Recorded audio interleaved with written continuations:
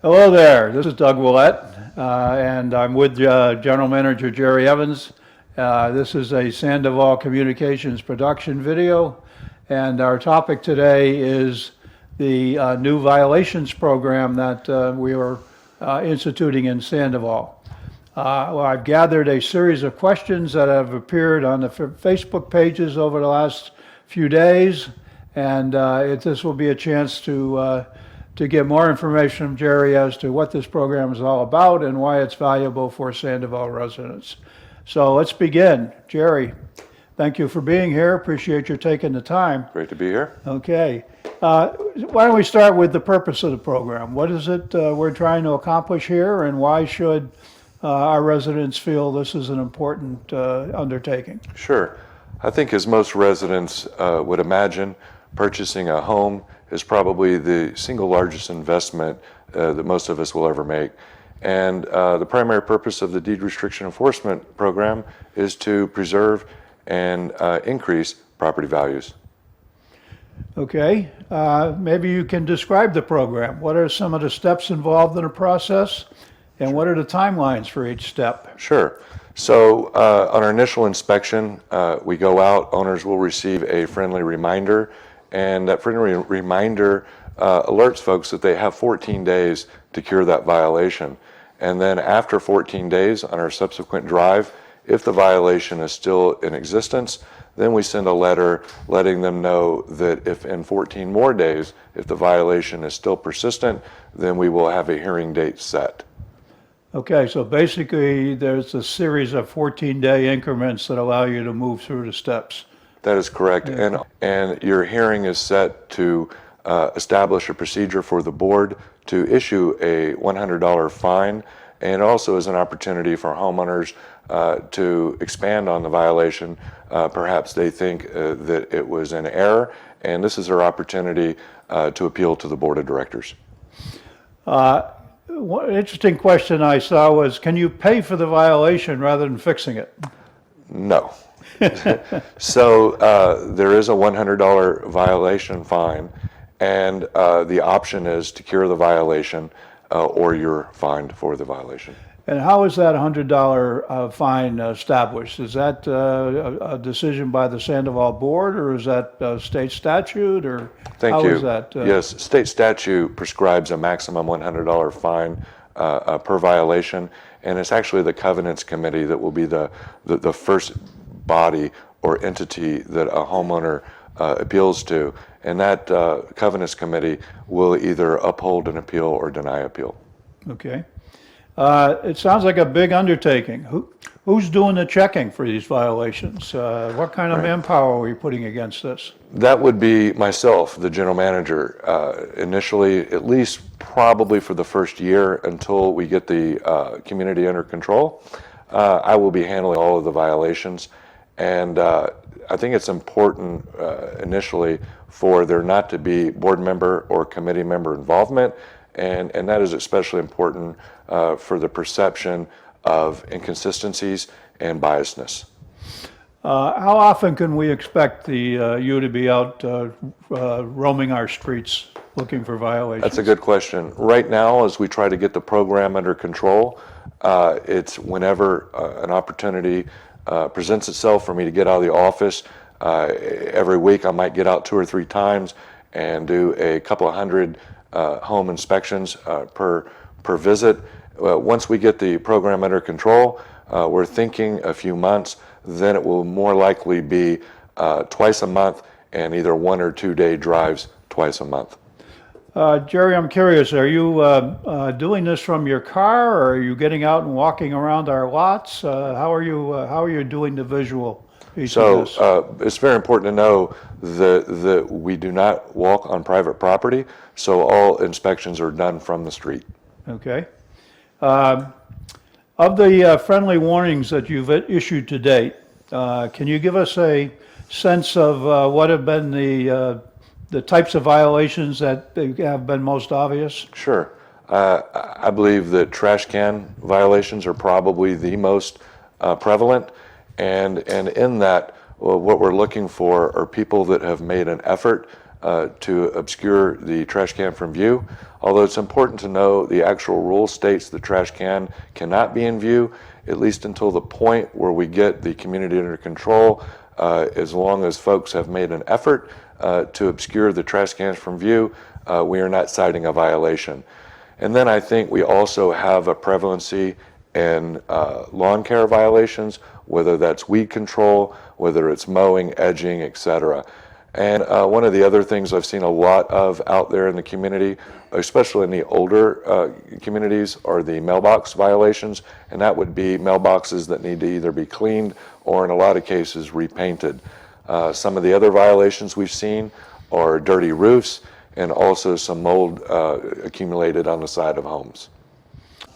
Jerry, where can a resident find a complete list of these violations, and which document should we be looking at? Great question. So most of the rules can be found in the governing documents. The governing documents comprise of articles of incorporation, bylaws, use restrictions, and covenants. And I'd say 98% of all rules can be found in the covenants and the use restrictions. However, we have initiated a task to compile all of the rules into a one-sheet cheat sheet, if you will, to make it easier for homeowners to know all the rules regarding use restrictions and what you can and cannot do in the community. How about the Somerville area and the condos in Somerville? Do they have their own set of rules here, or are they under our violation restrictions? That's a great question. So Somerville is a separate association, and they have their own set of governing documents and their own rules, and their management company oversees those restrictions.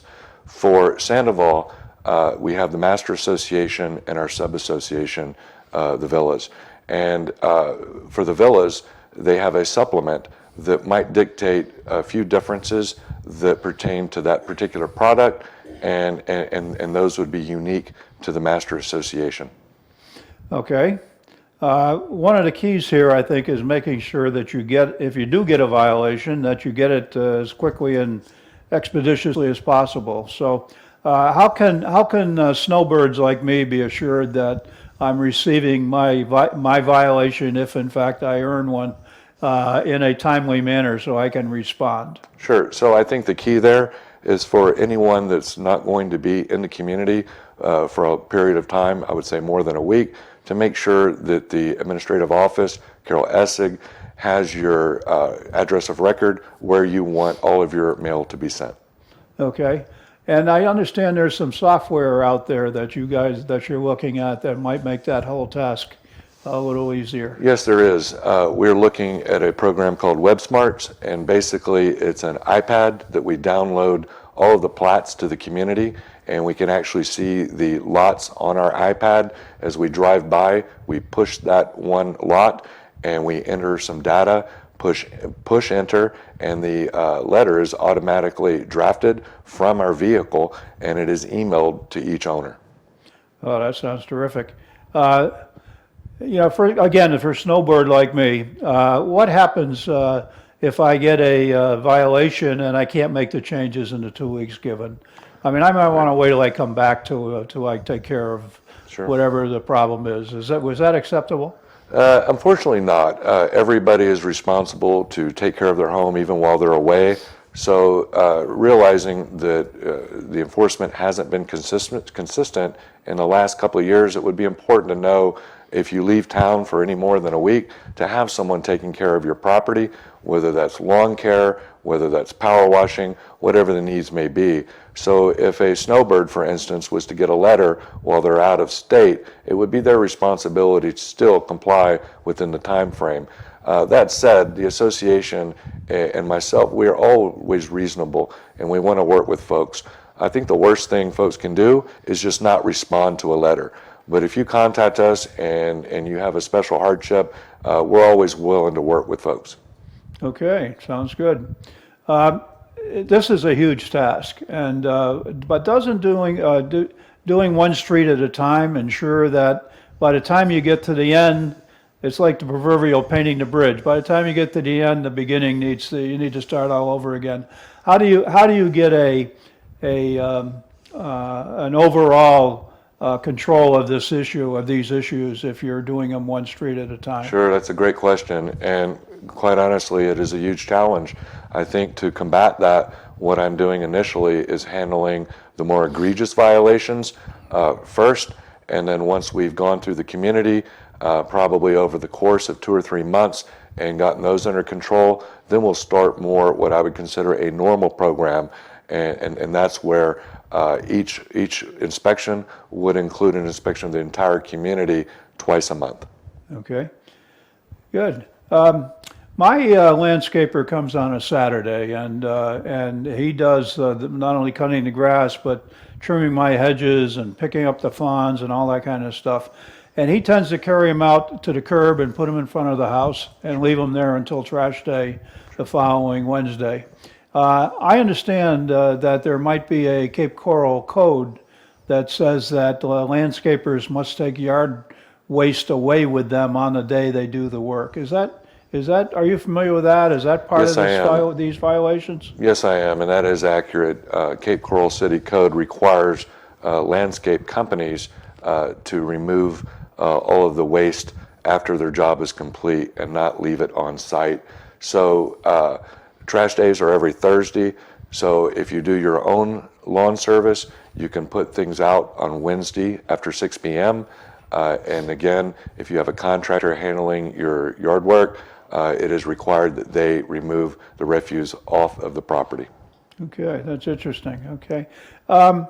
Other than plants, what is allowed for decorating in the front yards? Are pots allowed for plants?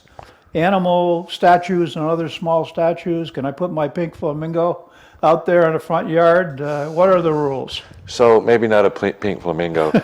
There are reasonable rules, and in our consolidated list of rules, we will outline all of the acceptable ARC improvements, such as pots and ancillary items. Terrific. We're moving through these at a nice pace. Here's a good one for you. Is secondhand but patio smoke, cigarette smoke, considered a violation? Well, not really, but we do look for folks to use common sense and be courteous to your neighbors. There are provisions for the association to enforce laws. However, it is not required, and as far as smoke is concerned, again, we ask for you just to use courtesy with your neighbors. Okay. On these notices of violation, the question comes up about the date that is used. I believe that the violations carry the date the violation is issued from your office, and that triggers the start of the 2-week period.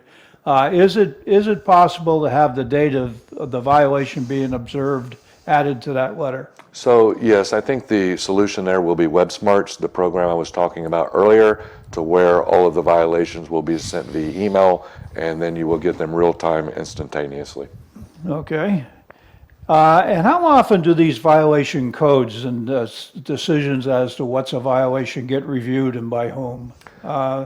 With the developer gone, isn't it time to review our rules with full resident input, particularly about things like lawn and holiday decorations?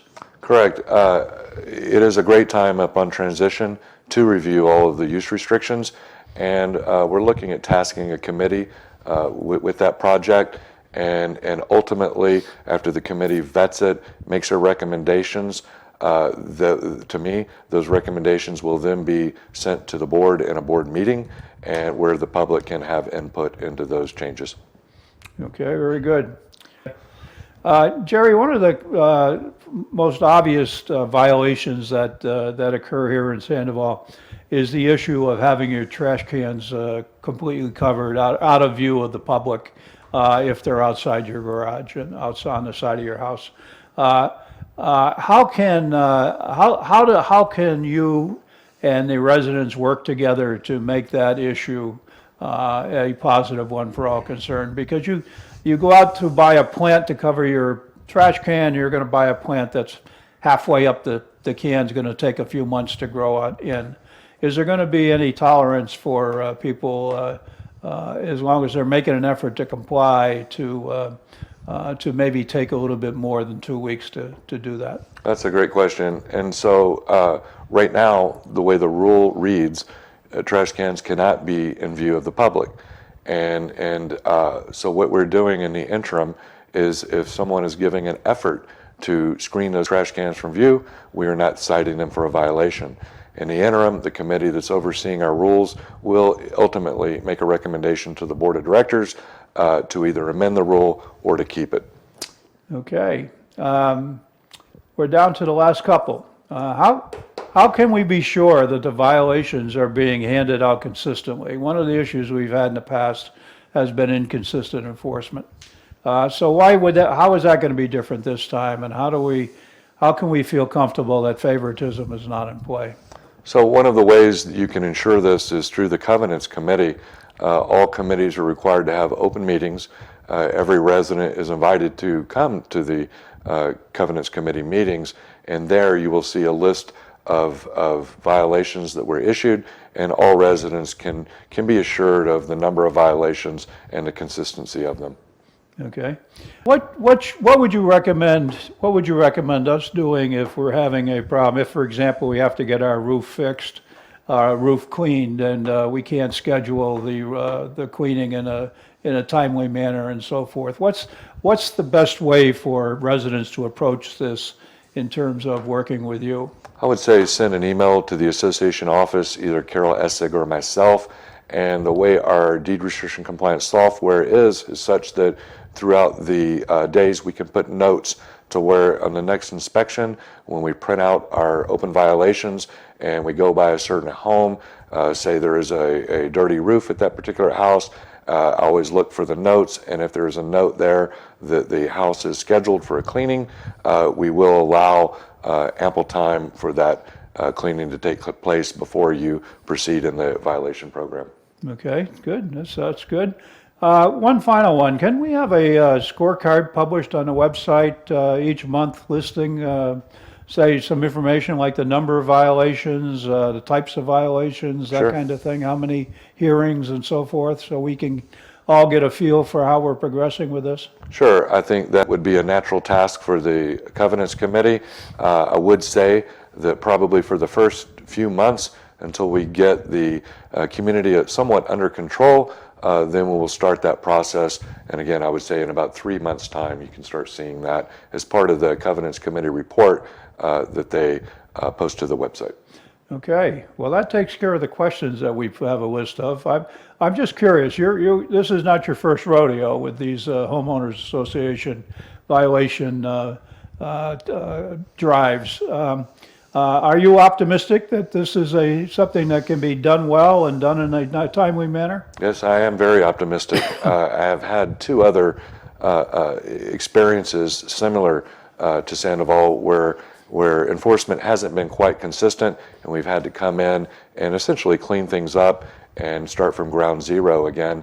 And it does take a little bit of time, so I ask for everybody to have a little bit of patience, but you can rest assured that we're out there and we will be effective. Well, there you have it, folks. Thank you, Jerry. Thank you very much. I think that's a lot of good information for us to digest. And we invite you to continue to comment on this issue and cooperate in any way you can.